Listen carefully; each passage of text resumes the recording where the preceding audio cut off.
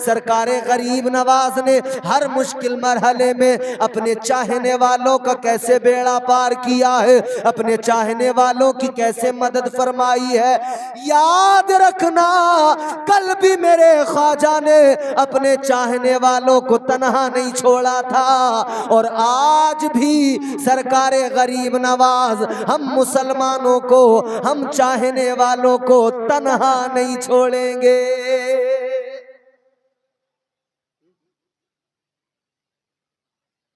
बादशाह का दरबार लगा हुआ है, अल्तमश अपने तख्त पर बैठा है।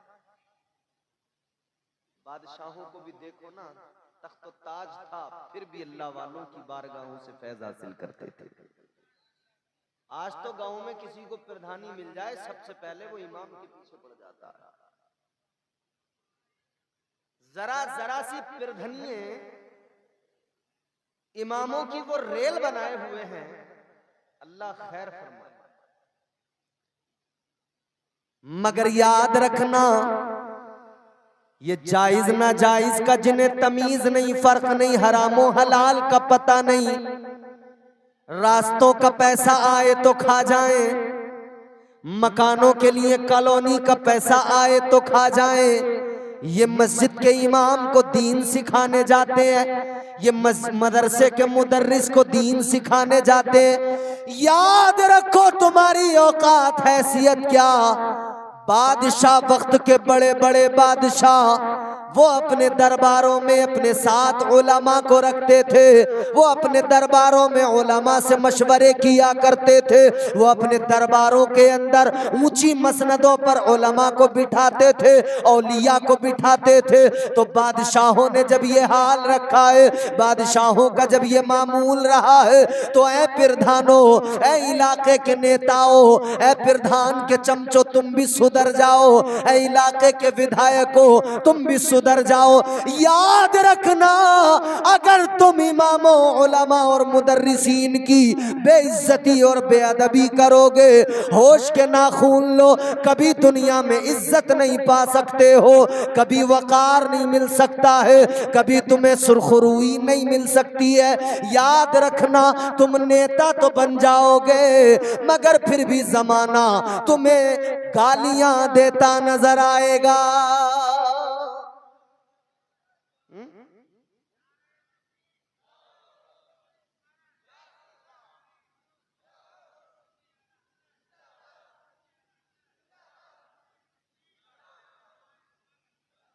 और यही वजह है कई लोग नेता तो बन जाते हैं मगर पीछे से गालियां पड़ती हैं।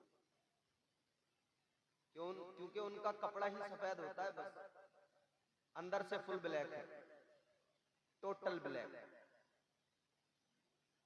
इतने ब्लैक है अंदर से, ब्लैक मनी इतनी अंदर की है कि अब कुछ बाकी नहीं रहा है।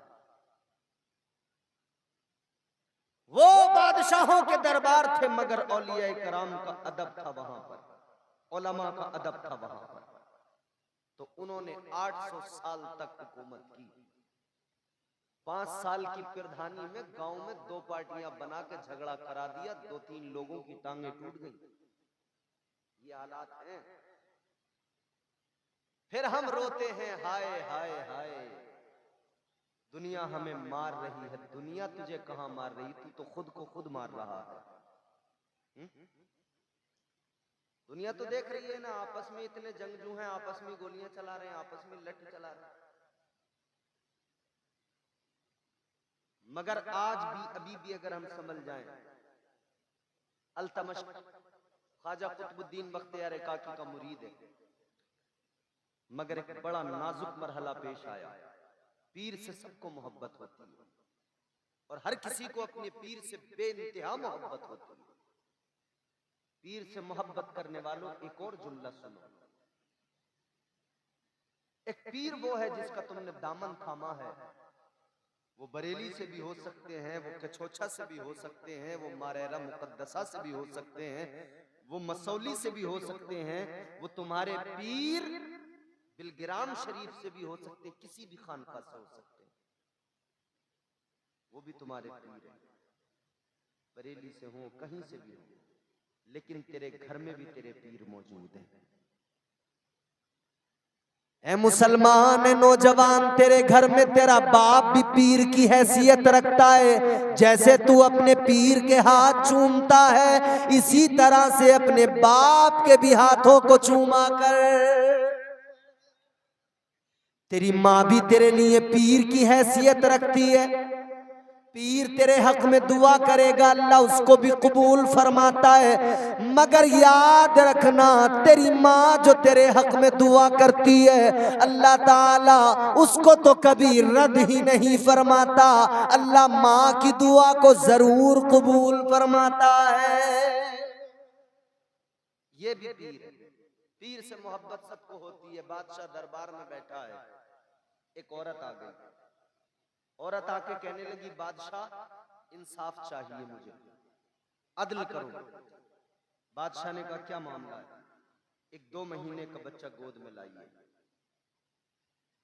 अल्तमश के दरबार में आने के बाद में वो औरत, वो खातून बच्चे को, 2 माह के बच्चे को गोद में लाई। कहने लगी, है बादशाह, ये जो मेरी गोद में बच्चा 2 माह का नजर आ रहा है, ये बच्चा, इसका बाप इस बच्चे को अपनाने को तैयार नहीं। कहने लगी, वो मेरा गैर शरई शोहर, वो निकाह भी करने को तैयार नहीं होता, बच्चे को भी अपनाने को तैयार नहीं। पहले तो बड़े वादे किया करता था, पहले तो बड़ी मोहब्बत की बातें किया करता था, लेकिन हालत ये है बादशाह, आज ये बच्चा उसकी वजह से पैदा हुआ, वजूद में आया, लेकिन वो न बच्चे को अपनाने को तैयार है, न मुझे अपनाने को तैयार है। उसने जुल्म किया है। ऐ बादशाह, मुझे इंसाफ चाहिए। इतना सुना तो अल्तमश को गुस्सा आया। कहने लगा, कौन है? मेरे दौरे सल्तनत के अंदर जो एक औरत पे जुल्म कर गया, कौन है जो एक बच्चे पे जुल्म कर रहा है? कहने लगा, है खातून, जरा तू उसका नाम बता, इंसाफ मेरी अदालत में होगा, इंसाफ अल्तमश करेगा। औरत कहने लगी, बादशाह सुन ले, नाम तो मैं बता दूंगी, मगर मुझे खौफ ये भी है कि शायद तू इंसाफ नहीं कर पाए। बादशाह ने कहा, मैं यहां बैठा हूं इस मसनद पर तो इंसाफ ही करने के लिए बैठा हूं। तू नाम बता, इंसाफ मैं करूंगा। वो खातून कहने लगी, है बादशाह, मुझ पर जो ये जुल्म किया है किसी और ने नहीं किया, तेरे पीरो मुर्शिद ने किया है। ख्वाजा कुतुबुद्दीन बख्तियार काकी ने ये जुल्म किया है। कहने लगी, बादशाह, उन्होंने ही मेरे साथ में जिना किया, जिसकी बदौलत ये बच्चा दुनिया में आया। ऐ बादशाह, वो कोई और नहीं है, वो जो अपने आप को वली बताता फिरता है वही कुतुबुद्दीन है। ऐ बादशाह, ये बच्चा उसी कुतुबुद्दीन का है। इतना सुना, अल्तमश बादशाह के पैरों के नीचे से जमीन निकल गई, कपकपाने लगा। बादशाह हैरत में पड़ गया, या अल्लाह, ये क्या माजरा है? मैंने अपने पीर की रातों को देखा है, मैंने अपने पीर के दिन देखे हैं, मैंने अपने पीर की खलवतो जलवत देखी है, मैंने तो अपने पीर को मुत्तकी पाया है, मैंने तो कुतुबुद्दीन को, ख्वाजा कुतुबुद्दीन बख्तियार काकी को परहेजगार पाया है। लेकिन औरत ने इतना बड़ा इल्जाम लगा दिया, इस औरत ने इतनी बड़ी बात कह दी, या अल्लाह, ये क्या माजरा है? अल्लाहु अकबर कबीरा। बादशाह कांपने लगा, हैरान हो गया।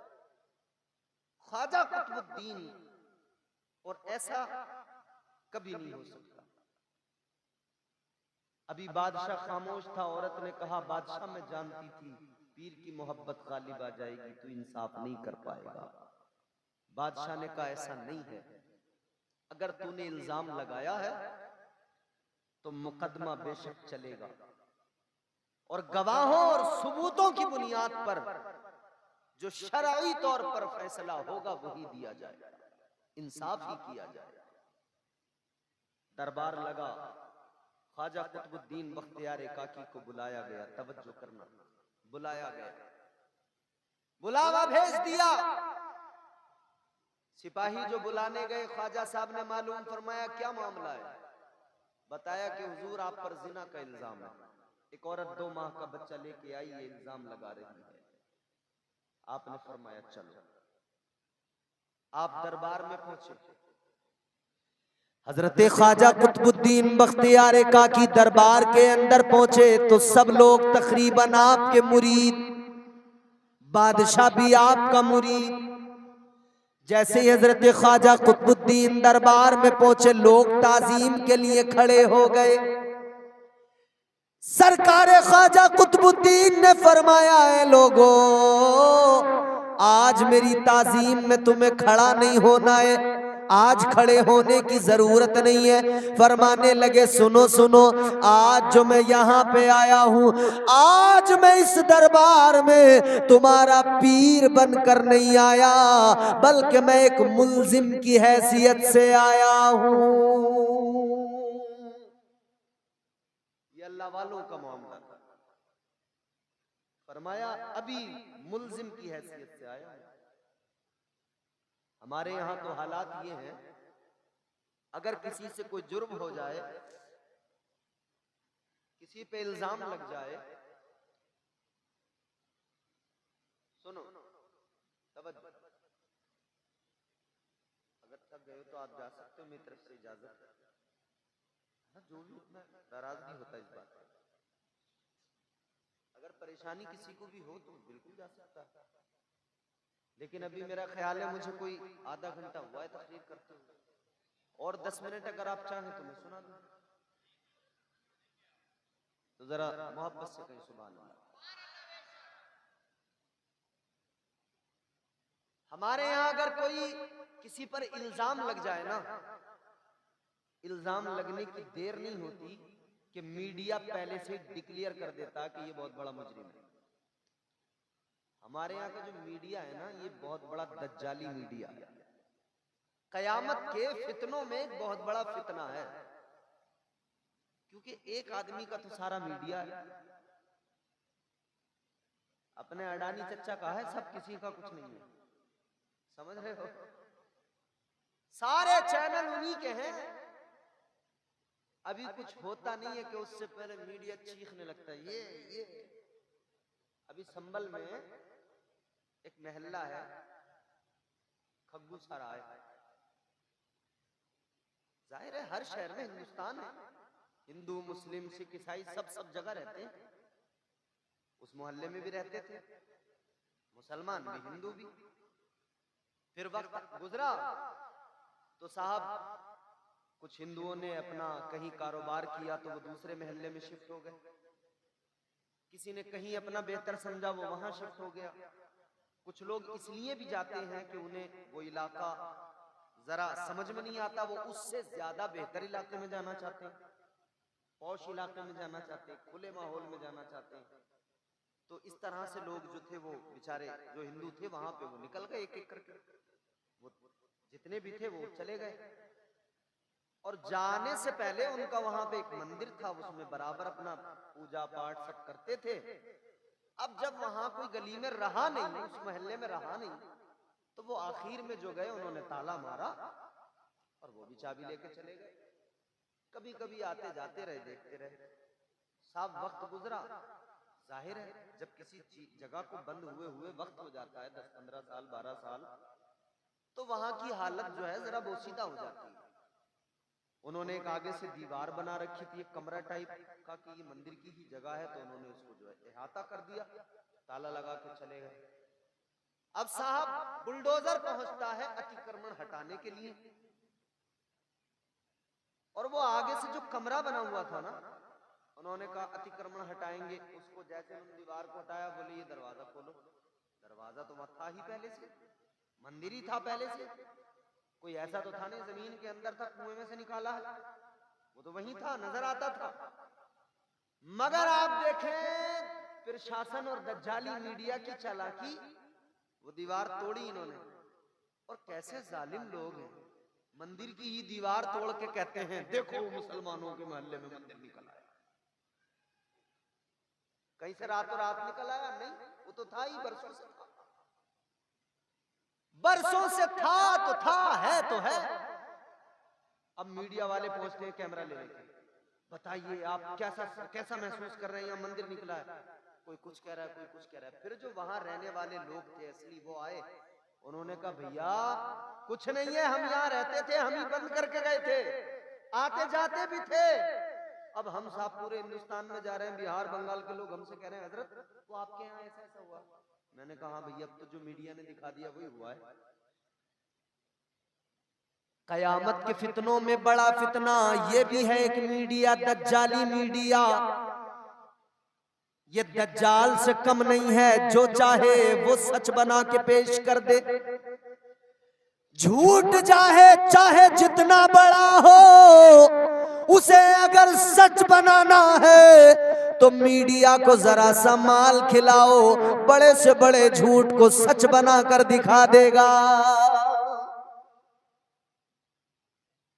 क्या जमाना आ गया, संजीदगी खतरे में है, खुदनुमाई का चलन है, सादगी खतरे में है, सर छुपाती फिर रही है आबरू इस दौर में, या इलाही कर मदद पाकीज़गी खतरे में है। जब से कम ज़र्फ़ों की आमद मैं कदे में हो गई, रो रहे हैं जाम मीना मैं कशी खतरे में है। गौर फरमाइए, यहां किसी ने अगर कोई किसी पर इल्जाम लगा, पहले से मीडिया डिक्लेयर कर देता है, और वो आदमी चिल्ला चिल्ला के कहता भाई मैंने कुछ नहीं कहा, मैंने कुछ नहीं किया, मैंने कुछ नहीं किया, लेकिन कोई नहीं सुनता। ताजदारे मदीना के गुलामों कुर्बान जाओ, उन लोगों पर जिना का इल्जाम लगा ख्वाजा साहब पर, मगर जब पहुंचे हैं दरबार में बादशाह की अदालत में तो लोग फिर भी इतना एतमाद, इतना भरोसा कि ताजीम को खड़े होने लगे। यानी कि उनका दिल कह रहा था ये जुर्म इन्होंने नहीं किया है। लोग ताजीम को खड़े हुए तो अल्लाह वाले का भी किरदार देखो, अल्लाह वाले की भी साफ गोई देखो, अल्लाह वाले का भी किरदार, अल्लाह वाले की भी अजमत देखो। आपने फरमाया खड़े होने की जरूरत नहीं है, आज मैं तुम्हारा पीर बनकर नहीं आया, आज मैं मुल्जिम की हैसियत से आया हूं। फरमाते पहले अब जरा ट्रायल चलने दो, मुकदमा होने दो। अब अदालत में बात चली, औरत ने कहा यही है इस बच्चे के बाप, इन्होंने ही मेरे साथ गलत काम किया। आपने उस औरत को देखा, फरमाया अल्लाह का खौफ कर, अल्लाह से डर और सच बोल। तेरे पास कोई गवाह है? बादशाह ने पूछा हाँ बता तेरे पास कोई गवाह? तो गवाहों की भी हालत आप जानते हैं, अदालतों के बाहर गवाह खड़े रहते हैं झूठी गवाहियां देने के लिए, उनका काम है, ये पेशा बना लिया उन्होंने। 500 रुपए में छोटा केस है तो गवाही दे देंगे, बड़ा थोड़ा सा है तो फिर थोड़ा पैसा ज्यादा होगा, और अगर उससे बड़ा केस है तो फिर थोड़ा सा और पैसा बढ़ जाएगा, गवाही बिल्कुल मौके पे तैयार मिलेगी। आज के गवाहों की गवाहियों का हाल ये है, आंखों के सामने जो देखा वो नहीं बोलते, कुछ और बोलते हैं। सामने वाली पार्टी ने पैसा दे दिया, कहा बयान बदल दो, इन्होंने बयान बदल दिया, गवाही बदल दी। और अगर पैसा नहीं मिला, इधर वाली पार्टी ने पैसा दिया तो इनकी फेवर में, उधर से पैसा मिला तो उनकी फेवर में, यही सब हो रहा है। आज झूठी गवाहियां बड़ी आम बात हो गई। मगर सुनो सुनो, उस दौर के अंदर भी 4 आदमी जो पैसों से खरीदे गए, 4 आदमियों को पैसे देकर खरीदा गया, निकल के आ गए सामने, कहने लगे हाँ हमने देखा है। बादशाह ने कहा तुमने क्या देखा? कहने लगे हमने हजरत ख्वाजा कुतुबुद्दीन को आते जाते देखा है तहज्जुद के वक्त में। कहने लगे हमने देखा। गवाही 4 लोगों ने दी, मुखालिफीन ने उस औरत को भी पैसे देकर ये मुकदमा कराया था। अब जनाबे वाला गौर फरमाइए, कल ख्वाजा के मुरीद पर मुकदमा बड़ा संगीन था, आज तो ये ख्वाजा के मजार पे छोटा सा मुकदमा है। जो गरीब नवाज बड़े मुकदमे में सच जाहिर करके अपने मुरीद को बचाना जानता है, वही ख्वाजा अपने मजार और हिंदुस्तान के मुसलमानों को बचाना भी जानता है। तकबीर, नारे रिसालत, नारे गौसियत, ख्वाजा का हिंदुस्तान, नारे तकबीर, सुभान अल्लाह सुभान अल्लाह। अब जनाबे वाला गौर फरमाइए, बादशाह ने कहा ख्वाजा कुतुबुद्दीन मुख्तियार काकी से के गवाहियां भी हो गई, आप अपनी सफाई में क्या कहना चाहते हैं? आपको मौका दिया जा रहा है, आप अपनी सफाई में, हेलो, आप अपनी सफाई में कुछ कहना चाहते हैं? नहीं कहना चाहते तो फिर सुने थोड़ी देर,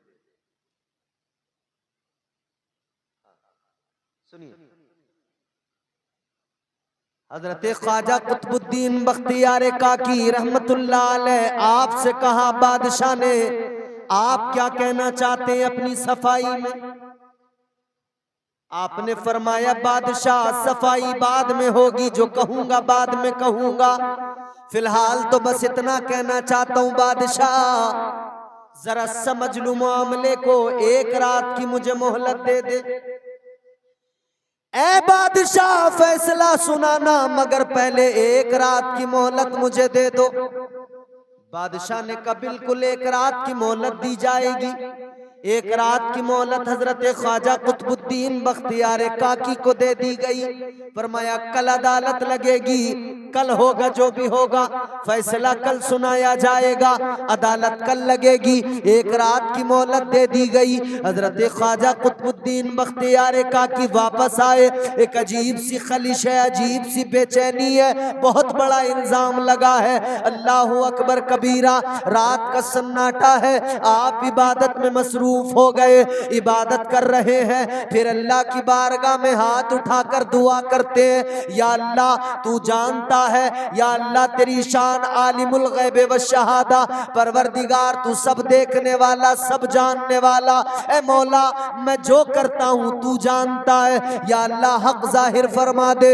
आका की बारगाह में लो लगा के कहते हैं, या रसूल अल्लाह मैंने तो कोई जुर्म नहीं किया है, लेकिन आज बात इज्जत पे बनाई है, आका करम फरमाइए। फिर अपने पीरो मुर्शिद को याद किया, अजमेर शरीफ की तरफ तवज्जो की, अपने पीर की जानिब लो लगाई, अल्लाह अकबर, और फरियाद करने लगे, ए मेरे पीरो मुर्शिद आपने मुझे यहाँ की जिम्मेदारी दी, आपने मुझे कहा दीन की खिदमत करना है, ए मेरे पीरो मुर्शिद मैं यहाँ दीन की खिदमत करने लगा, मगर आज बात इज्जत पे बनाई है, आज मामला इज्जत पे है, ए ख्वाजा मदद फरमाइए। मैंने एक रात की मोहलत मांगी है, या गरीब नवाज ए मेरे पीरो मुर्शिद करम फरमाइए। अल्लाह अकबर। अभी ये अपने पीर को याद फरमा रहे हैं कि कानों में पीर की आवाज आ गई, ख्वाजा गरीब नवाज की आवाज आ गई, ए मेरे मुरीद घबराने की जरूरत नहीं है,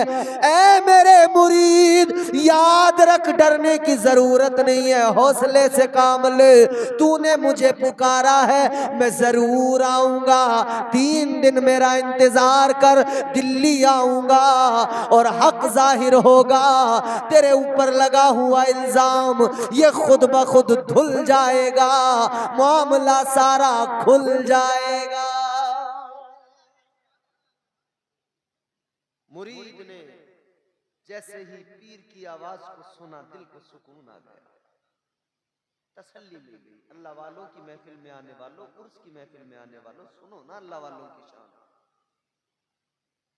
दिल को सुकून मिल गया। मेरे मुर्शिद ने कहा है 3 दिन में आएंगे तो आएंगे। अगले दिन दरबार लगा, बादशाह के दरबार में ख्वाजा कुतुबुद्दीन बख्तियार काकी पहुंचे। बादशाह ने कहा बोलो क्या कहना चाहते हो अपनी सफाई में?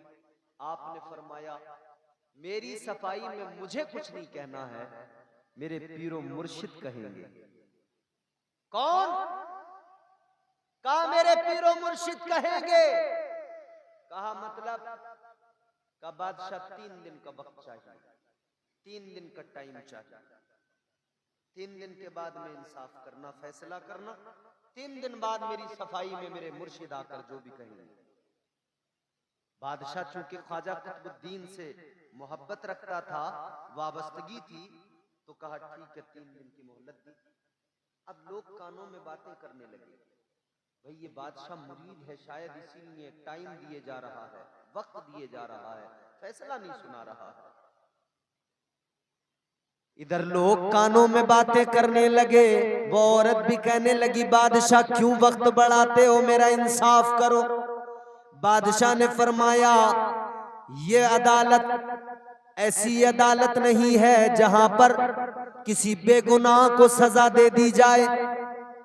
जब तक जुर्म मुकम्मल तौर पर साबित न हो जाए तब तक यहाँ सजा नहीं सुनाई जाती है और तब तक किसी को बरी भी नहीं किया जाता है। फरमाया अभी 3 दिन का वक्त मांगा है तो 3 दिन का वक्त और दिया गया है।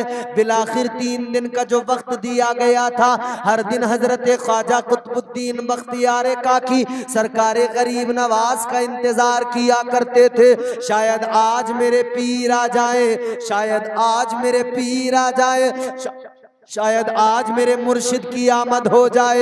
इंतजार करते रहते थे, इंतजार करते रहते थे। अजीजा ने गिरामी उल कद्र, एक दिन गुजरा, दूसरा दिन गुजरा, जब तीसरा दिन आ गया आप बड़े मायूस भी हो रहे हैं थोड़े, मगर उम्मीद भी है कि मुर्शिद की आवाज आई थी। मुर्शिद ने कहा था आऊंगा, असर की नमाज में मसरूफ है, नमाज पढ़ी, सलाम फेरा, नमाज से फारिग हुए, पीछे को पलट कर देखा, खुशी की इंतहा न रही। क्या देखा, पीछे अजमेर की धरती से दिल्ली चलकर सरकारे गरीब नवाज आ चुके हैं। सरकारे गरीब नवाज दिल्ली तशरीफ ले आए।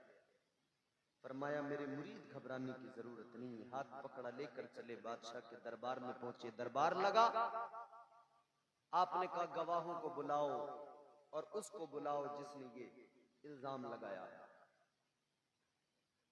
आपने गवाहों से फरमाया ए गवाहों, अब जुमला सुनना बड़ा लतीफ, तुम्हें अल्लाह का खौफ नहीं, मौत से डरते नहीं हो, एक दिन मरना है। ये अदालत एक दुनिया के बादशाह की अदालत है, मगर वो अदालत अल्लाह की अदालत है। यहाँ झूठ बोल के बच सकते हो, अल्लाह की अदालत में कोई ऐब छुपेगा नहीं, सारा का सारा कच्चा चिट्ठा तुम्हारा रब की अदालत में। ये जो किरामन कातिबीन है ना, जो अच्छा करते हो वो भी लिखते हैं, जो बुरा करते हो वो भी लिखते हैं। ये जो 2 फरिश्ते मुकर्रर किए गए हैं कांधों पर, फरमाया सारा हिसाब किताब अल्लाह की अदालत में तुम्हारा पेश किया जाएगा। नजरें झुक गई, शर्मा गए, लेकिन झूठ पे फिर भी डटे रहे, क्योंकि झूठ ऐसी बला है कि आदमी को अंधा कर देता है और एक झूठ बोलने के बाद आदमी उस झूठ पर रफू करने के लिए, उसको मेकअप करने के लिए बराबर झूठ बोलता चला जाता है। वो कहते हैं ना, एक झूठ के लिए 70 झूठ बोलने पड़ते हैं। और दुनिया में इस वक्त आलम यह है, झूठ इस कदर आम हो गया, जो सबसे बड़ा झूठा होता है ना, झूठों का सरदार जो होता है, वो पता है क्या कहता है? वो कहता है देखो मुझे झूठ से बहुत नफरत है, मुझे झूठ बर्दाश्त नहीं है। सबसे बड़ा झूठा होगा मगर कहेगा मुझे झूठ बर्दाश्त नहीं है। इससे बड़ा भी कोई और झूठ हो सकता है?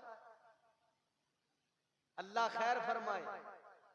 कुछ लोग ऐसे हैं जनाबे वाला, सुबह को ऐसे यूं समझ लीजिए जैसे कोई गाड़ी आई झूठ की और वहां पर उतर गई उनके यहाँ, और वो पूरे दिन झूठ बांट रहे हैं लोगों को। और राहत इंदौरी ने कहा था ना, झूठों ने झूठों से कहा है सच बोलो, सरकारी ऐलान हुआ है सच बोलो। घर के अंदर झूठों की एक मंडी है, दरवाजे पर लिखा हुआ है सच बोलो। ये हालात हैं। झूठ तो बोल रहे थे मगर डटे रहे। कहे नहीं नहीं हमने देखा है। आपने उस औरत से फरमाया क्या तुझे मौत का खौफ नहीं, कब्र में नहीं जाना है, अल्लाह से नहीं डरती? वो औरत कहने लगी इधर उधर की बातें न कीजिए, जुर्म साबित हो गया है, मुझे इंसाफ चाहिए। बादशाह से कहने लगी बादशाह तूने वादा किया था इंसाफ करेगा, इंसाफ कर।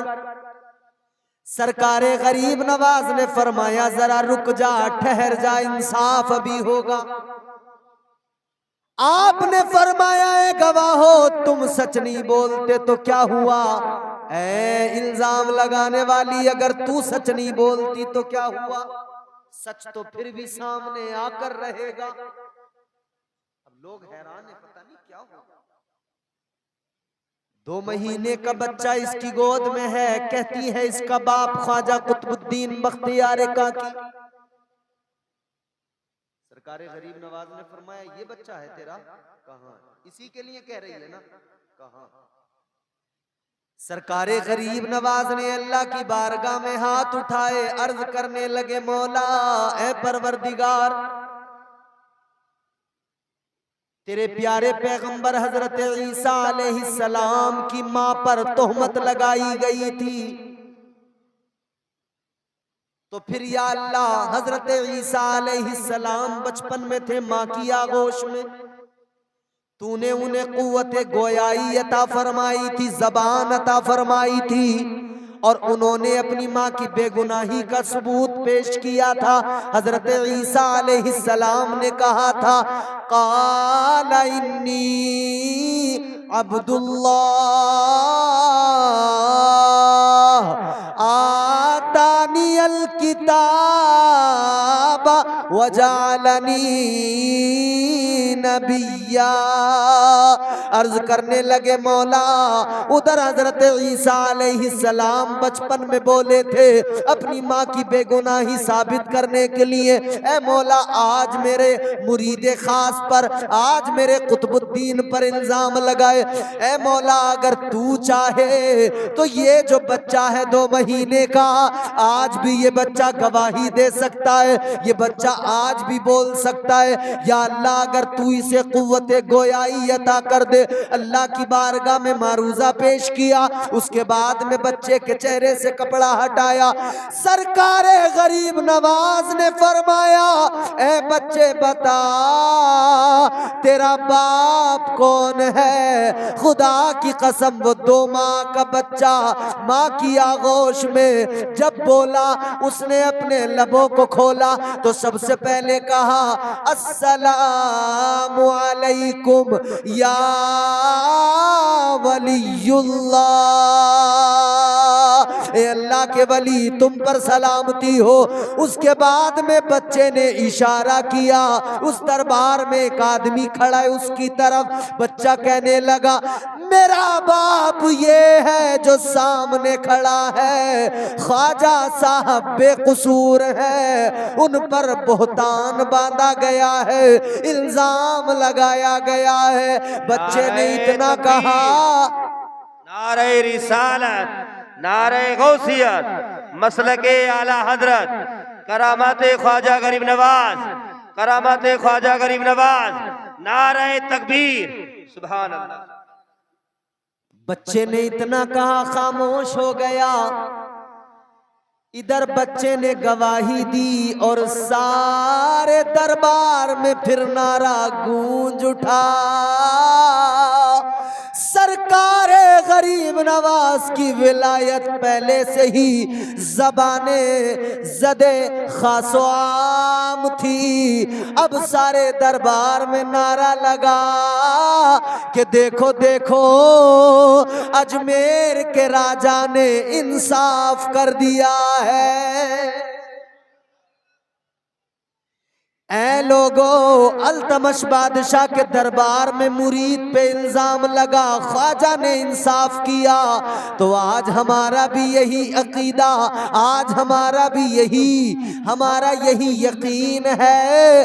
आज मुसलमानों की हालत जैसी भी है, जो भी है, चाहे जितनी मस्जिदों के मामले अदालत में हो, अब हमें इंतजार है, एक दिन ऐसा आएगा सारा मुसलमान कहेगा खुश हो जाओ, अपना इंसाफ अजमेर के राजा ने कर दिया है। इंशाअल्लाह इंसाफ होगा, और अब अजमेर से ही इंसाफ होगा। और ख्वाजा गरीब नवाज ने अब सुनवाई शुरू हो गई है अदालत गरीब नवाज में। ख्वाजा गरीब नवाज ने पहला करम आप पर और हम पर, हम बेबसों पे ये फरमाया कि निजाम सब कुछ, मगर देखें जहां से काम स्टार्ट हुआ था, जहां से ये सब कुछ चल रहा था ना, ख्वाजा ने अपना ऐसा करम फरमाया, सबसे पहले वही दरवाजे बंद कर दिए। अब कोई भी जुर्रत नहीं करेगा, दरवाजे सारे बंद हो गए।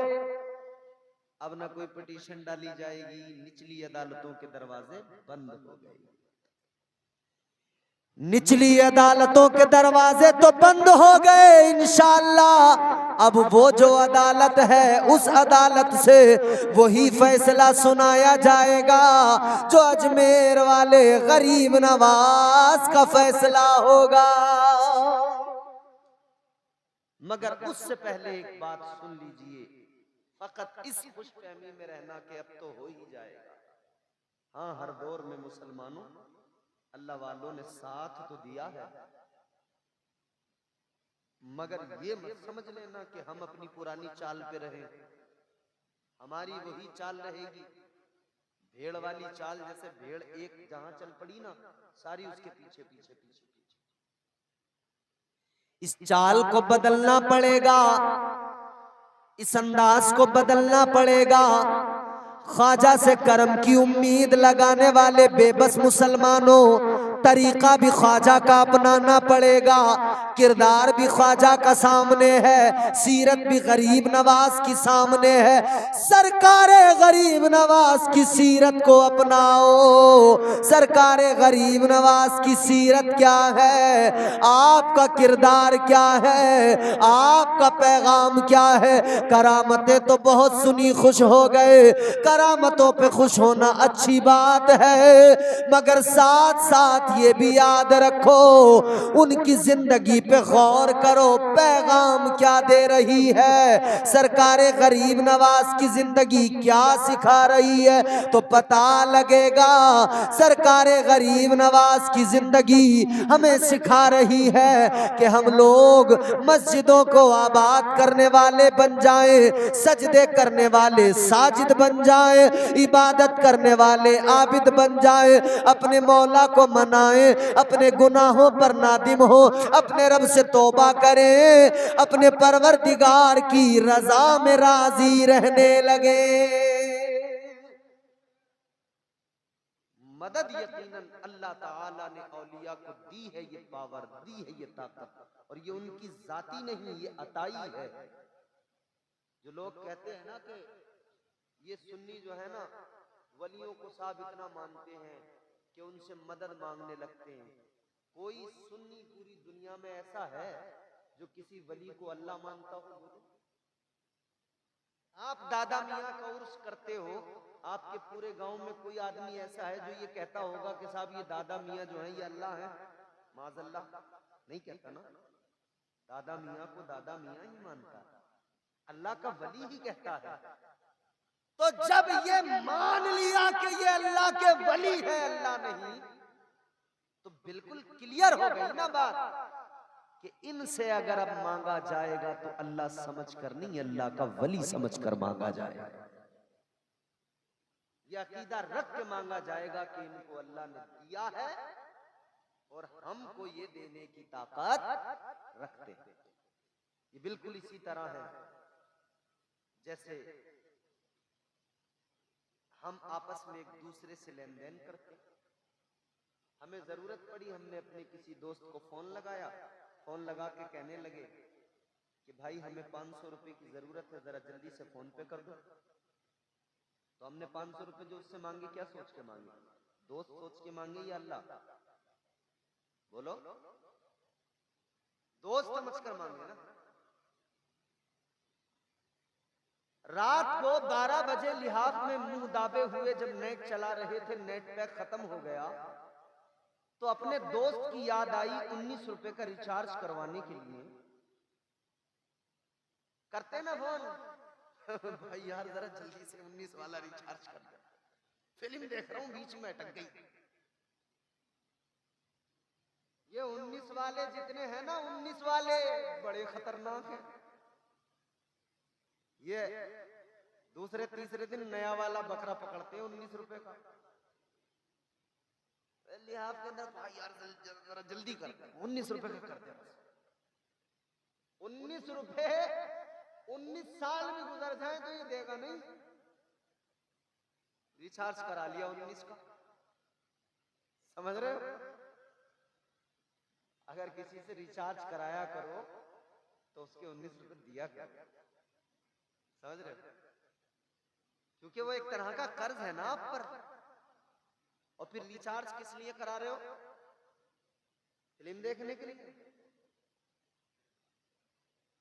फिल्म देखने के लिए। आज तो जलसे में नारा लगा दिया, दादा मियां जिंदाबाद, दादा मियां का दामन नहीं छोड़ेंगे। यहाँ का तो मुझे पता नहीं, मगर ज्यादातर ना इतने ऊंचे स्टेज में देखता हूँ तो मैं समझ जाता हूँ। मैंने कहा कल को यहाँ पे जो है ढोलक पटकेगी, मैं समझ लेता हूँ ऐसे ऊंचे ऊंचे स्टेज देख के। यहाँ का मुझे पता नहीं। तो फिर देखो दादा मियाँ का दामन पकड़ने वाले अगले दिन जो नाचते हैं, अल्लाह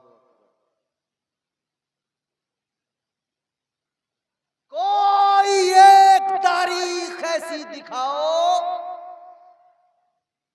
उर्स कराने वाले दुनिया भर के तमाम उर्स कमेटियों के जिम्मेदारान कोई एक ऐसे वली की सीरत या उनका कौल या उनका फेल ऐसा दिखाएं कि उन्होंने कव्वालियां कराई हो, ढोलकें बजाई हो और वो नाचे हो और मुरीदों को नचाया हो। महफिल सिमा एक अलग कॉन्सेप्ट है। वो महफिल सिमा जो बुजुर्गों के यहाँ होता था ना, वो ऐसा था कि उधर पढ़ने वाला सुनाने वाला भी अल्लाह का वली होता था और सुनने वाले भी अल्लाह के वली होते थे। वहां ये झबड़े झबड़े कव्वाल नहीं होते थे, ये गाल इतना मोटा करके पान रख के और जो करके गर्दन हिला के बाल हिला रहे हैं ना, अल्लाह वालों के यहाँ ये वाले नहीं होते थे झबड़े। ये जो औरतों से मुकाबले कर रहे हैं और फिर लोगों को ऐसे दीन सिखाने बैठ जाते हैं, यार ताज्जुब मुझे उस वक्त होता है कि इन्हें शर्म भी नहीं आती, हजरत कोई गैरत भी नहीं आती जरा से। अभी थोड़ी देर पहले तो कव्वाला से जो है ना, कव्वाला से गंदे गंदे अशार में मुकाबला और थोड़ी देर में लोगों को दीन सिखाने लगेगा। तू दीन सिखाएगा लोगों, पहले तू तो कुछ सीख ले। तो ये महफिल सिमा नहीं है, मौजूदा दौर में इसकी शक्ल बिगाड़ी गई और इसको जो है महफिल सिमा के नाम पर नाच गाने जो गैरों के यहाँ होता था ना। अभी हम प्रोग्राम में गए थे इसमें बंगाल में हम एक जगह से गुजर रहे थे गाड़ी में, तो वहां हमने देखा औरतें आदमी सब नाच रहे हैं। मैंने कहा भाई क्या हो रहा है, क्या हो रहा है यहाँ पे, कोई शादी है क्या है? तो बताया कि नहीं नहीं शादी नहीं है, कोई धार्मिक प्रोग्राम हो रहा है। जो गैरों में होता था अब वो मुसलमानों में उर्स के नाम पर। तुमने एक औरत को बिठाया, एक मर्द को बिठाया, कव्वाली मुकाबला, दे धड़ल्ले से गंदी गंदी शायरी, खुदारा खुदारा खुदारा। अपनी बर्बादी, मैंने कहा था ना, अपनी बर्बादी पे रोते भी हैं और खुद ही अपने हाथों से खुद को बर्बाद भी करते हैं। एक तरफ अपनी तबाहियों का रोना है, दूसरी तरफ खुद ही अपने आप को तबाह भी कर रहे हैं। खुदारा वक्त है अपने आप को बदल डालिए।